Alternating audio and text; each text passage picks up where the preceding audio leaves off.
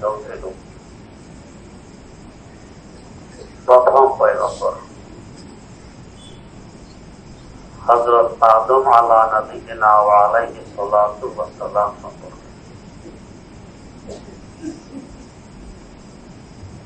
তার আগমন ঘটল এ ধরায়।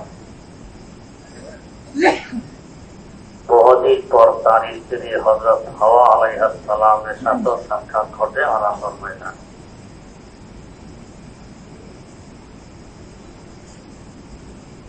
দুনিয়াতে থাকতে হলে তাসকিনে কলব, আন্তরিক প্রশান্তি অপরিহার্য। অন্তর শান্তিতে না থাকলে সব কিছুই অশান্তি ভোগে। অন্তরের শান্তির সম্পর্ক সৃষ্টিকর্তার ইবাদতের সাথে। আলা বিযিকরিল্লাহি তাতমাইন্নুল কুলুব। আল্লাহ রাব্বুল আলামিনের জিকিরের মাধ্যমে অন্তর প্রশান্তি লাভ করে। এই প্রশান্তি শুধু দুনিয়ার বেলায় যে তা নয়, আখিরাতের বেলায়ও। দুনিয়ার শান্তির চাবিকাঠি সৃষ্টিকর্তার ইবাদত, আখিরাতের শান্তির চাবিকাঠিও সৃষ্টিকর্তার ইবাদত। ইবাদত করব কিভাবে, ইবাদতের কেন্দ্র কি হবে? তাই আদম আলাইহিস সালামের আগমনেরও 2000 বছর পূর্বে ইবাদতের কেন্দ্র বাইতুল্লাহ শরীফকে দুনিয়া রাখা হইল।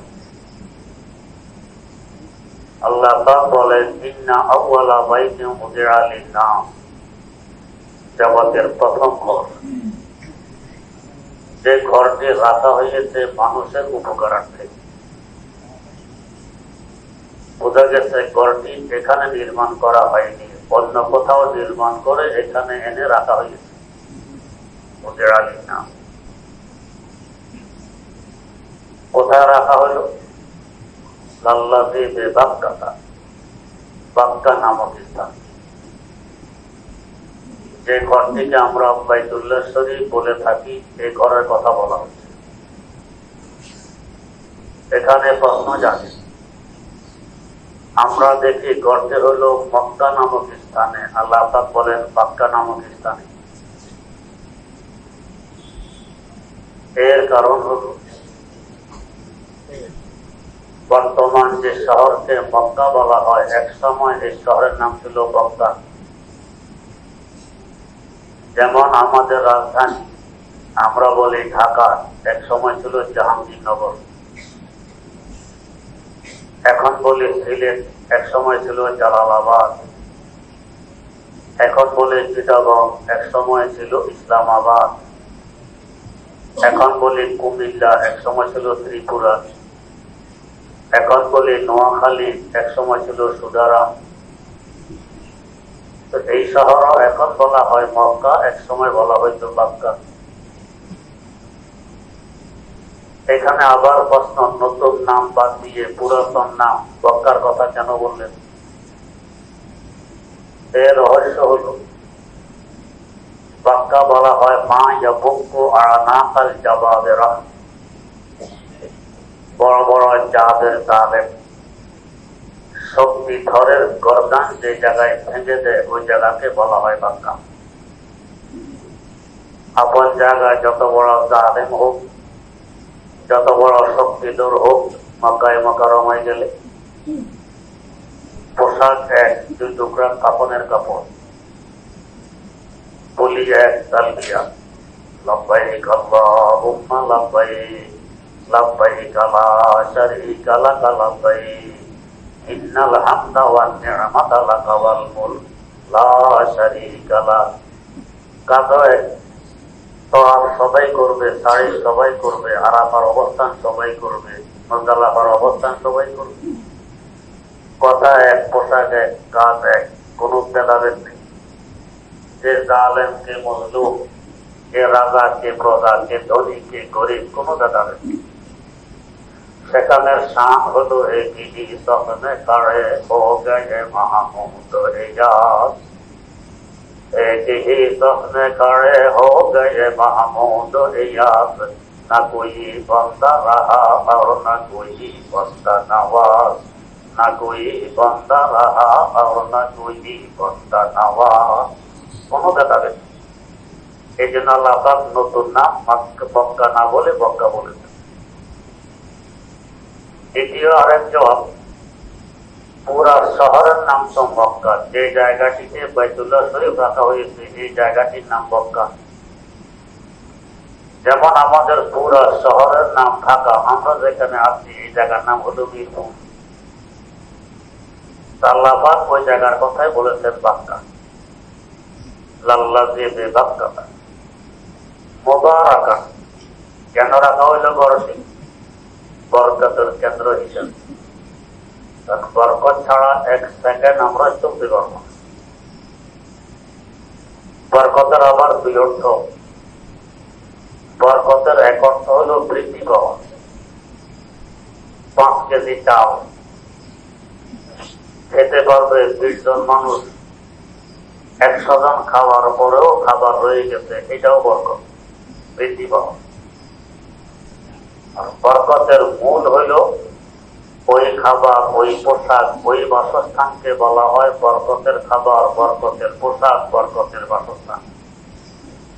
যে খাবারে, যে পোশাকে, যে বাসস্থানে থাকলে ইবাদত করতে মন চায়, অন্তর প্রশান্তি লাভ করে, গুনার প্রতি ঘৃণার সৃষ্টি হয়, এটাও বরকত।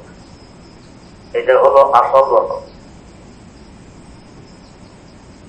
আমরা যে মাদ্রাসা অনুসারী দারুল উলুম দেওবন্দ,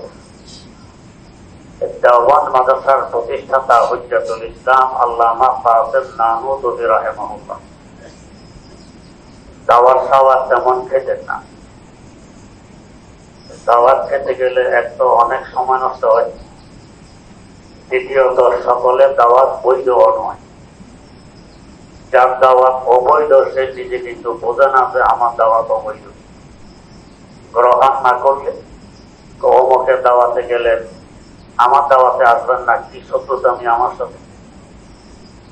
অথচ এই দাওয়াতটা অবৈধ, এটা ছিল বৈধ, কিন্তু এ বুঝবে না। তাই পাতার জন্য সকল দাওয়াতই পরিহার, কোন দাওয়াত সাধারণত উনি গ্রহণ করতেন না।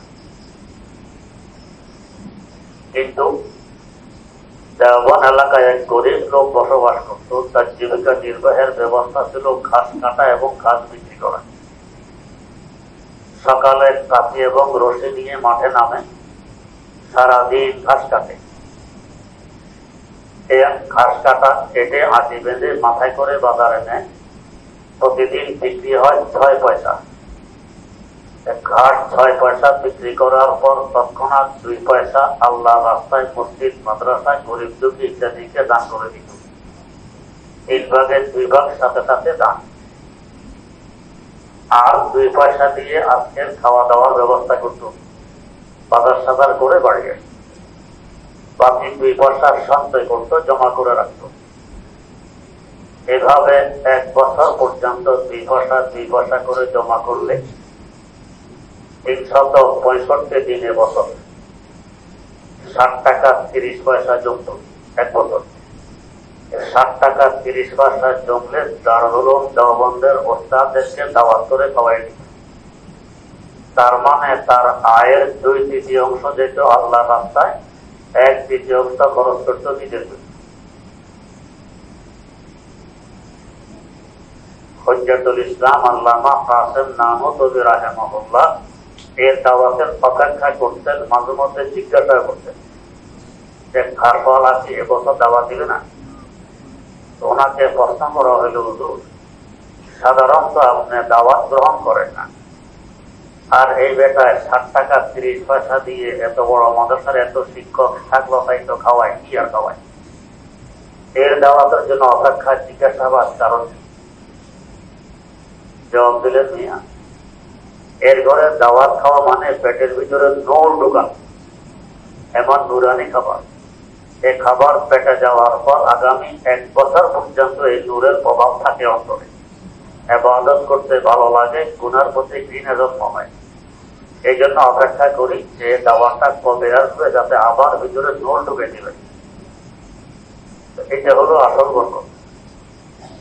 আপনি দেখবেন কারোর বাড়িতে গেলে দিনের কথা মনে হয়, ইবাদত করতে মন চায়, দুনিয়া বিমুখ হতে মন চায়। আর কারোর বাড়িতে গেলে, কারোর কাছে গেলে দুনিয়ার দিকে আরো বেশি দাবিত হতে মন চায়। এটা বেবরকত, আগেরটা হলো বরকত। তো যাই হোক, আল্লাহ রাব্বুল আলামিন বলেন জগতের প্রথম ঘর বাইতুল্লাহ, এটা রাখা হইল মক্কা নামক স্থানে। কেন? মুবারাকান, বরকতের গোডাউন হিসেবে। তার মানে পুরা দুনিয়ার বরকত আগে ওইখানে আসে, ওখান থেকে চতুর্দিকে এটা বন্টিত হয়। এখন প্রশ্ন, যেহেতু বাইতুল্লাহ আল্লাহর ঘর, বরকত তো পাবে যারা বাস্তবে আল্লাহর বন্দেগী করে এরা। তাহলে যারা সত্যিকার অর্থে মুমিন মুসলমান, এরা বরকত পাওয়ার কথা, কাফের মুশরিকরা পায় কেন? এর কারণ হলো একটি দৃষ্টান্তের মাধ্যমে বোঝার চেষ্টা করি। ধরুন আপনি একটি আমের চারা লাগাইলেন, পাশে একটি খুঁটি গেড়ে আমের চারাকে বেঁধে রাখলেন, যাতে বাতাসে এটাকে ফেলে দিতে না পারে, ভাঙতে না পারে। আপনি সকাল সন্ধ্যা আমের চারায় পানি দেন, মাঝে মধ্যে গোবর দেন, মাঝে মধ্যে সার দেন, ইত্যাদি দেন। 2-4 দিন পরে দেখবেন আমের চারার আশেপাশে আরো কিছু গাছ গজিয়ে উঠছে, আমরা বলি আগাছা। আপনার পানির ভাগ ওই আগাছা পায় কিনা? পায়। আপনার গোবর অংশ আগাছায় পায় কিনা? পায়। আপনার সারের হিস্সা আগাছায় পায় কিনা? পায়। অথচ আপনি কি আগাছাকে লক্ষ্য করে এগুলো দেন, না আপনার হাতের লাগানো আমের চারাকে লক্ষ্য করে দেন? আমের চারাকে লক্ষ্য করে দেন। কিন্তু ওরা যে আমের চারার আশেপাশে আছে, এই জন্য এরাও লাভ পায়। এরা যদি এখন ভাবে আমাদেরকে লক্ষ্য করে মালিক পানি দেয়, গোবর দেয়, সার দেয়, ইত্যাদি ইত্যাদি, এদের এই ধারণাটা সম্পূর্ণ ভুল। ওদেরকে লক্ষ্য করে দেয় না, বরং এরা আপনার শত্রু। প্রমাণ কি? কিছুদিন পরে দেখবেন যে এরা তো আপনার সার, আপনার গোবর, আপনার পানি সবকিছু ব্যবহার করে থমথম করে বড় হয়ে উঠছে। আপনার হাতের লাগানো চারাও এখন আর দেখা যায় না, ফিরে ফেলছে, যেন আপনার চারাকে শেষ করে দিবে একবার। যখন এই অবস্থা হয়, তখন আপনার দাও কিংবা শ্রেণী নিয়ে এসে আগাছাগুলো পোড়া দিয়ে কেটে সাফ করে ফেলেন। এখন বুঝে আসে আপনার সার, গোবর, পানি কার জন্য দিয়েছিলেন। এরপরও তো আপনার বর্ষা থামে না, যে আমার লাগানো গাছের ক্ষতি কেন করলাম। রোদে দিয়ে শুকিয়ে এরপরে চুলার ভেতরে ঢুকিয়ে আগুন দিয়ে জ্বালানোর পরে আপনি এখান থেকে বিচ্ছিন্ন করে দিচ্ছেন। এখন বুঝে আসছে আপনার পানি, গোবর আর সার কার জন্য দিয়েছে। তো ঠিক তেমনি ভাবে আমার আল্লাহর হাতের লাগানো যারা হলে জগতের মুমিন মুসলমান, যারা বাস্তব অর্থে মুমিন মুসলমান, এদের মধ্যে আবার দুইবার। একবার হলো ঈমান ইসলাম শিখায়, আর একবার হলো শিখে। যারা আলেম সমাজ এরা শিখায়, আর যারা আলেম নয় এরা শিখে, দুইবার। তো যারা আলেম সমাজ শিখায় এরা হলো আমার আল্লাহর রহমতের হাতের লাগানো গাছ। আর যারা শিখে সহযোগিতা করে, মাঝে মধ্যে মাদ্রাসা মসজিদে চাঁদা মাদাও দেয়, এরা হলো পাশের লাঠি, এটা ধরে রাখে যাতে তুফান ফেলতে না পারে। আল্লাহ রাব্বুল আলামিনের রহমত এদেরকে কেন্দ্র করে প্রথমে বাইতুল্লাহতে আসে। কিন্তু এই পৃথিবীতে এদের আশেপাশে কাফের, মুশরিক, নাস্তিক, মুরতাদ এরাও বসবাস করে, তাই এরাও বাদ পায়। বরং অনেক ক্ষেত্রে এরা আরো বেশি চুষে দেয়। কখনো কখনো এমন অবস্থা হয় যেন মুসলমানদেরকে থাকবেই না, একবারে পিছিয়ে দিয়ে শেষ করে দিই। এরপরে আল্লাহ রাব্বুল আলামিনের গজবের শ্রেণী আসে। গজবের শ্রেণী দাও এসে গোড়া দিয়ে কেটে সমূলে পরিষ্কার করে দেয়। যেমন হযরত নূহ নবিয়্যিনা ওয়া আলাইহিস সালাতু ওয়াস সালামের জমানায় এসেছিল। বিশাল প্লাবনে কাফের, মুশরিক, নাস্তিক, মুরতাদদেরকে বিচ্ছিন্ন করে দিয়েছে। শুধু আছে কারা? যারা সত্যিকার অর্থের যারা এরা, আর পাশের লাঠি যারা সহযোগিতা করে এরা। তো ঠিক তেমনি ভাবে রহমত তো আসে মুমিন মুসলমানকে কেন্দ্র করে। আশেপাশে বসবাস করে কাফের, মুশরিক, নাস্তিক, মুরতাদ এরাও বাদ পায় অনেক ক্ষেত্রে আরো বেশি। কিন্তু মাঝে মধ্যে আল্লাহ রাব্বুল আলামিনের গজবের শ্রেণী এসে সকলকে শেষ করে দেয়। যাই হোক, আল্লাহ রাব্বুল আলামিন বরকতের গোডাউন হিসেবে রেখে দিলেন বাইতুল্লাহ শরীফ মুবারাক। কিন্তু বরকতের উসিলা হয় ইবাদত।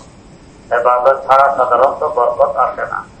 ওয়া হুদাল লিল আলামিন, জগৎবাসীর হেদায়েতের কেন্দ্র হিসাবে, ইবাদতের মারকাজ হিসেবে আল্লাহ পাক ঘরকে এখানে রেখে দিলেন। তাহলে মানুষ এই জগতে বসবাস করতে হলে শান্তি অপরিহার্য। শান্তি সম্পর্ক অভাবের সাথে, অন্তরের সাথে। মানুষকে জগতে পাঠানোর 2000 বছর আগে আল্লাহ পাক শান্তির কেন্দ্র স্থাপন করে দিলেন। ইন্না আউওয়ালা বাইতিন উযিরা লিন-নাসি লাল্লাযী বিবাক্কাতা মুবারাকান ওয়া হুদাল লিল আলামিন। আগেই ব্যবস্থা। দেখবেন বাচ্চা জন্ম নিলে মায়ের স্তনের দুধ চুষে সে জীবন ধারণ করবে, দুধের বসে। বাচ্চা আগে জন্ম নেয় না, স্তনের দুধ আগে শুরু হয়। স্তনের দুধ আগে শুরু হয়। আল্লাহ পাক আগে ব্যবস্থা করে রাখেন।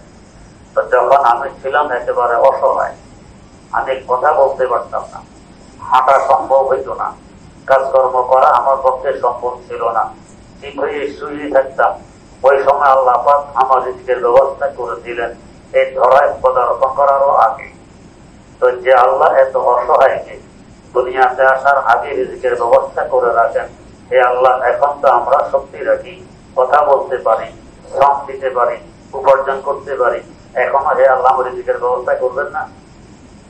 যদি এই বিশ্বাস থাকে তাহলে চুরি কেন করি, ডাকাতি কেন করি, সুদ কেন খাই, ঘুষ কেন খাই, চাঁদাবাজি কেন করি, মস্তানি কেন করি, মালের ভেজাল দেই কেন, মাপে কম দেই কেন, ধোকা দেই কেন, প্রতারণা করি কেন? বোঝা গেছে আল্লাহর উপরে পূর্ণ আস্থা নেই। আমি মুমিন, আমি যদি আমার আল্লাহর বিধান অনুযায়ী চলি, আল্লাহ পাক আমাকে না পায় এমনি মেরে ফেলবে? অসম্ভব কথা।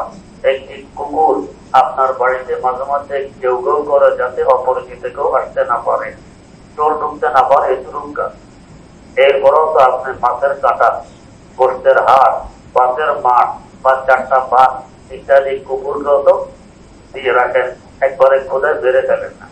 মাঝে মধ্যে দয়াও লাগে, এই কুকুরটা এখানে থাকে, চলো একটু খাবার দিয়ে দিই। তো আল্লাহ রাব্বুল আলামিন যিনি আমাদের সৃষ্টিকর্তা, তার বিধান মেনে চললে তিনি আমাকে এইভাবে মেরে ফেলবেন? অসম্ভব কথা। হ্যাঁ, মাঝে মাঝে পরীক্ষা তো হয়, দেখি সে আসলে আমার উপর আস্থা রাখে নাকি অন্যদিকে তার দৃষ্টি। পরীক্ষা তো মাঝে মধ্যে হয়। পরীক্ষা যখন পাস করা হয় তখনই সাহায্য হয়। আর পরীক্ষা দেখে যদি ধৈর্য হারা হয়ে পড়ি, তো তাহলে পরীক্ষা পাস করলাম না, সমস্যা তো নিজেই টেনে আনলাম। তো আল্লাহ রাব্বুল আলামিন মানব জাতির সুখ শান্তির লক্ষ্যে, বরকতের উদ্দেশ্যে, বরকতের গোডাউন, শান্তির কেন্দ্র, হেদায়েতের মার্কাজ মানব জাতির আগমনের 2000 বছর আগে মক্কায় মুকাররমায় স্থাপন করে দিলেন। ইন্না আউওয়ালা বাইতিন উযিরা লিন-নাস লাল্লাযী বিবাক্কাতা মুবারাকান ওয়া হুদাল লিল আলামিন। আল্লাহ পাক সব কাজ আগেই করে ফেলেন, পরে নয়। এই 2000 বছর একটি ঘর সাধারণত টিকে না। আদম আলাইহিস সালামের আগমনের পর ঘরটি নিশ্চিহ্ন। তার হেফাজত করার তো কোনো মানুষ নেই। মানুষ তো এসেছে 2000 বছর পর, নিশ্চিহ্ন। কিন্তু মার্কাজের তো প্রয়োজন। আবার এই মার্কাজটিও রাখলেন কোথায়? জগৎ সৃষ্টির মূল উৎস যে জায়গা, সেখানে রাখলেন। জগৎ সৃষ্টির মূল উৎস যে জায়গা, সেখানে আল্লাহ পাক এই ঘরটি রেখে দিলেন। সেখানে আমরা জন্মগ্রহণ করি, আমাদের জন্মস্থান, জন্মভূমি, এই জায়গার সাথে আমাদের আন্তরিকতা থাকা, মহব্বত আর ভালোবাসা থাকাই স্বাভাবিক। যতই সুখ শান্তিতে থাকি না কেন, মাঝে মধ্যে নিজের জন্মস্থান, বাপের বাড়ি গিয়ে আমরা ঘুরে আসি। সেখানে গেলে এক ভিন্ন প্রশান্তি লাভ হয়, যেহেতু এটা আমার জন্মস্থান।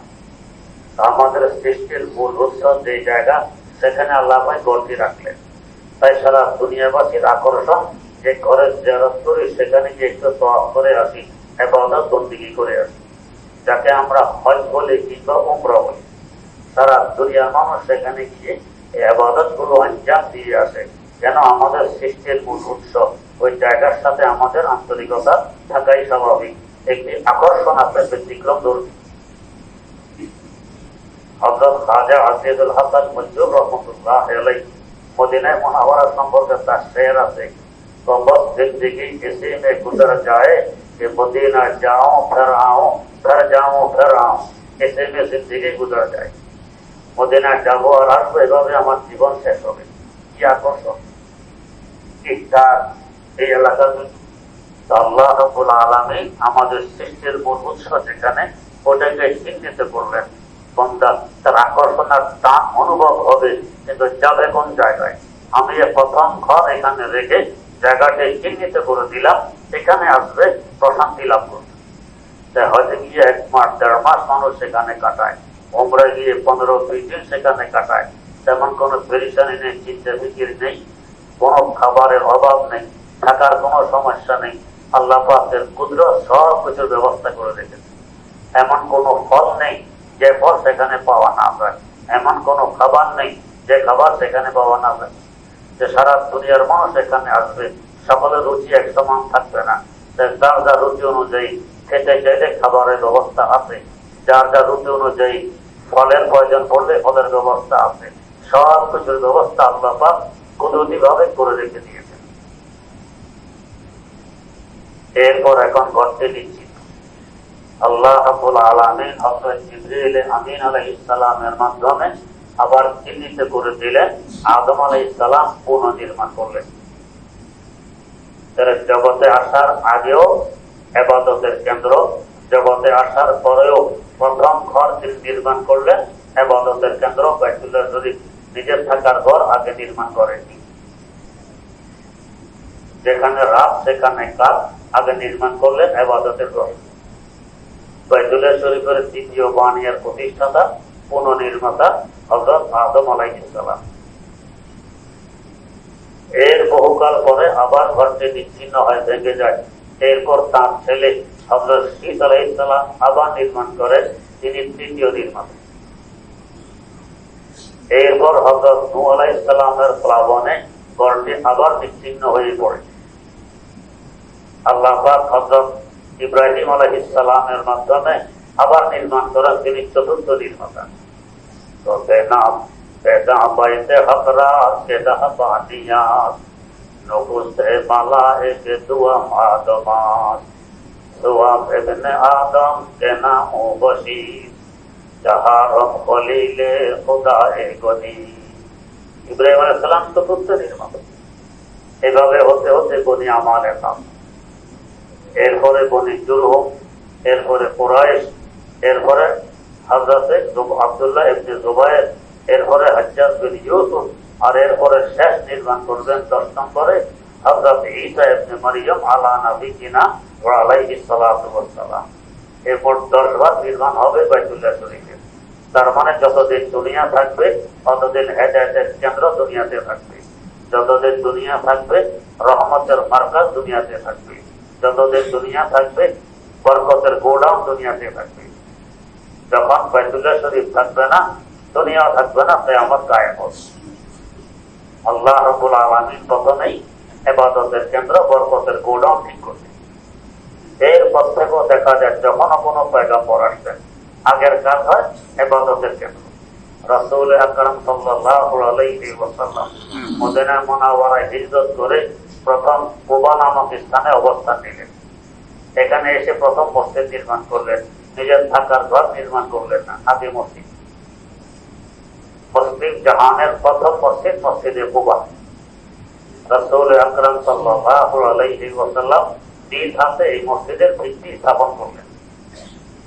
তাই এই মসজিদের ফজিলত 2 রাকাত নামাজ পড়া আর একটা উমরা করা এক সমান। এই মসজিদে এসে 2 রাকাত নামাজ পড়লে ওই পরিমাণ সওয়াব পাবেন, একটি উমরা করলে যে পরিমাণ সওয়াব পেতেন। রাসূল আকরাম সাল্লাল্লাহু আলাইহি ওয়াসাল্লাম এরপর তাশরীফ আনলেন মদিনায় মুনাওয়ারা। কুবা থেকে 5 কিলোমিটার উত্তরে। এখানে এসে প্রথমে মসজিদ নির্মাণ, যাকে মসজিদের নববী বলা হয়। দুনিয়ার দ্বিতীয়তম মসজিদ, ফজিলতের দিক দিয়ে দ্বিতীয় মসজিদ মসজিদে নববী। একসাথে 7 লক্ষ মুসল্লি এখন নামাজ পড়তে পারে। আরো কত বড় হবে ভবিষ্যতে আল্লাহ ভালো জানে। এক সময় মদিনা মুনাওয়ারা যে বস্তি ছিল, পুরা বস্তি এখন মসজিদের আওতায় এসে গেছে। আমার শেখ মুর্শিদ শেখুল ইসলাম আল্লামা তাকি উসমানী দামাত বারাকাতুহু বলতে শুনেছি। তো আসমানের নিচে জমিনের উপরে হযরত সাহাবায়ে কেরাম রাদিয়াল্লাহু তাআলা আনহুমের ন্যায় কত পবিত্র জামাত পয়গম্বরের পর আকাশও দেখেনি, জমিনও দেখেনি। এত কত পবিত্র একটি জামাত ছিল হযরত সাহাবায়ে কেরাম রাদিয়াল্লাহু তাআলা আনহুমের জামাত। তো তাদের পবিত্রতার বরকতে আল্লাহ পাক তাদের পুরা বস্তিকে পবিত্রতম মসজিদ বানিয়ে দিয়েছে। কিয়ামত পর্যন্ত এখানে সেজদা সংগঠিত হবে, গুনাহ সংগঠিত হবে না। এটা তাদের বরকত। বরকতি মানুষ যেখানে থাকে, তাদের কদম যেখানে পড়ে, সেখানে যেন বরকত ফুটে উঠে ঝর্ণার নেই। আমাদের কুমিল্লার প্রসিদ্ধতম বুজুর্গ হযরত কারি ইব্রাহিম রাহমাতুল্লাহ আলাইহি উদানের প্রথম শুনেছি যেখানে তিনি মাহফিল করেছেন সেখানে এখন একটি মাদ্রাসা প্রতিষ্ঠা লাভ করেছেন। তার পদবীর বরকত, তিনি তো মাহফিল করে গেছেন কত আগে, এখনো মাদ্রাসার প্রতিষ্ঠা লাভ করতেছে তার মাহফিলের জায়গায়। এইভাবে আল্লাহর ওলি বিজ্ঞ আলেমদের পদধূলি কোথাও পড়লে বরকত সেখান থেকে ফুটে ওঠে। রাসূল আকরাম সাল্লাল্লাহু আলাইহি ওয়াসাল্লাম যেখানে গেছেন প্রথমে মসজিদে কুবা ইসলামের প্রথম মসজিদ। হুজুর এসেছেন মদিনায়, নির্মাণ করেছেন মদিনার মসজিদ, কিন্তু প্রতি শনিবার মদিনা থেকে পায়ে হেঁটে গিয়ে কুবায় 2 রাকাত নামাজ পড়ে আসছেন। এখনো যারা সেখানে যাবেন কুবায় গিয়ে 2 রাকাত নামাজ পড়ে আসা সুন্নত, একটি উমরা সওয়াব পাওয়া যায়। আগে হলো বরকতের কেন্দ্র, রহমতের গোডাউন, এটার অধিকার সবচেয়ে বেশি। আমার থাকার জায়গার তুলনাও রহমতের কেন্দ্র দরকার বেশি, বরকতের গোডাউনের প্রয়োজন বেশি। তো সেই মসজিদগুলো বাইতুল্লাহ শরীফের শাখার পতাকা, সারা দুনিয়ার যত মসজিদ আছে মসজিদগুলো সব বাইতুল্লাহ শাখা। মসজিদের সামনে যে আমরা একটু বর্ধিত জায়গা মেহরাব হিসেবে রাখি, মনে হয় যেন বাইতুল্লাহ থেকে ফিরে তাকাই আছে। সারা দুনিয়ার চতুর্দিকে এভাবে বাইতুল্লাহ থেকে ফিরানো মসজিদগুলো, এগুলো হলো ব্রাঞ্চ অফিস। রহমত তো ওইখানে অবতীর্ণ হয়, সেখান থেকে মসজিদগুলোতে বর্ধিত হয়। এখান থেকে যারা যারা মসজিদের সাথে বেশি সম্পর্ক রাখে আল্লাহ পাক এদের ভাগে রহমত পাঠান। হ্যাঁ, আশেপাশে কিছু লোকজন আছে হয়তো অমুসলিম কিংবা মসজিদ বিদ্বেষী, মাদ্রাসা বিদ্বেষী, কাছে থাকার কারণে এরাও কিন্তু বরকতের ভাগ পায়। হ্যাঁ, আখিরাতে প্রমাণ হবে যে মসজিদ মাদ্রাসার পক্ষের লোক আর কে বিপক্ষের লোক। সেখানে আল্লাহ পাকের গজবের শ্রেণী আসবে, অপরাধীরা পৃথক হয়ে যাও। মসজিদ মাদ্রাসাকে পছন্দ করো নাই, পৃথক হয়ে যাও। যারা মসজিদ মাদ্রাসা মুখে ছিল তাদের সাথে আর থাকতে দেওয়া যাবে না, একসাথে চলতে দেওয়া যাবে না, বাক হয়ে যাবে। আল্লাহ পাকের গজবের শ্রেণী পৃথক করে দিয়েছে। এরপরও আল্লাহ পাক শান্ত হবে, জাহান্নামের আগুনে পড়িয়ে তারপরে শান্ত হবে।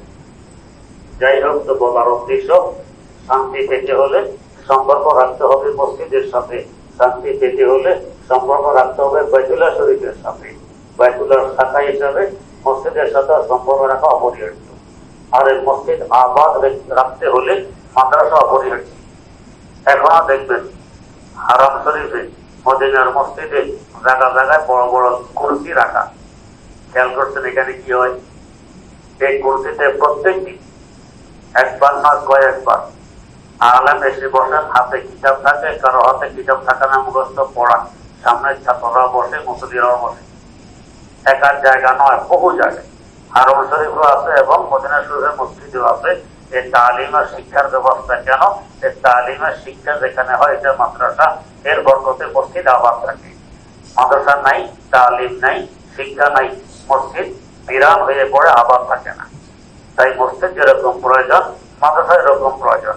মসজিদের পাশে মাদ্রাসা থাকা চাই। আগের যুগের রাজা বাদশারা মসজিদ নির্মাণ করলে পাশে একটি মাদ্রাসা নির্মাণ করতেন।